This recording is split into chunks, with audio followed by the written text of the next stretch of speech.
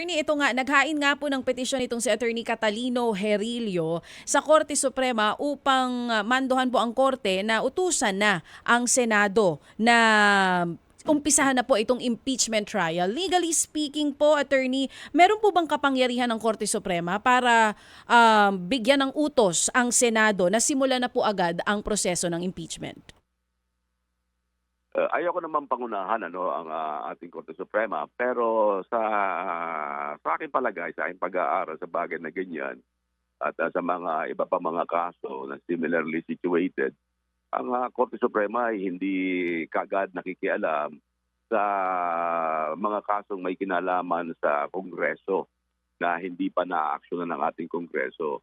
Sapagkat yung bagay na yan, yung impeachment ni Sara Duterte, yan naman ay wala pang official action ang Senado. Hindi pa naman sinasabi ng Senado na hindi sila magkakaroon ng sesyon. Hindi naman sinasabi ng Senado kung ano pa ang kanilang gagawin.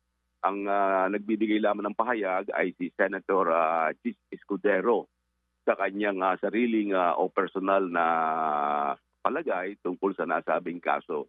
Kaya sa akin, parang walang actual case or controversy na hahatulan ang ating Korte Suprema. Pangalawa, there is a separation of powers. Magkahiwalay na katungkulan ang ating Korte Suprema ay sila ang magdedesisyon sa mga bagay na hindi maunawaan pa, samantalang ang ating Kongreso sila ang gumagawa ng ating mga batas. Sa bagay na ito, ang impeachment ay within the jurisdiction ng Senado sa ngayon because it is already on trial.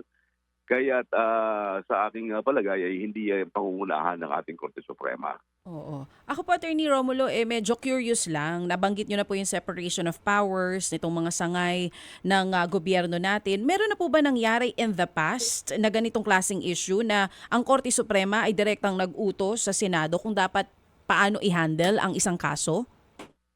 Ay wala pa akong maalaala na ganyang kaso na talagang inaatasan ang ating Kongreso kung paano ang paghahawak sa isang kaso.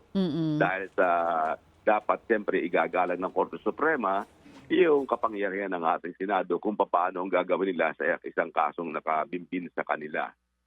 Tulad nga na aking sinabi, sa ngayon, wala namang action pa na dapat questionin ang ating Senado. Wala pang official action. Okay. Magkakaroon lamang ng official action yan kung talagang magkukunbin ang Senate at gagawa sila ng kaukulang hakbang kung ano ang gagawin nila sa nasabing impeachment case laban kay Sara.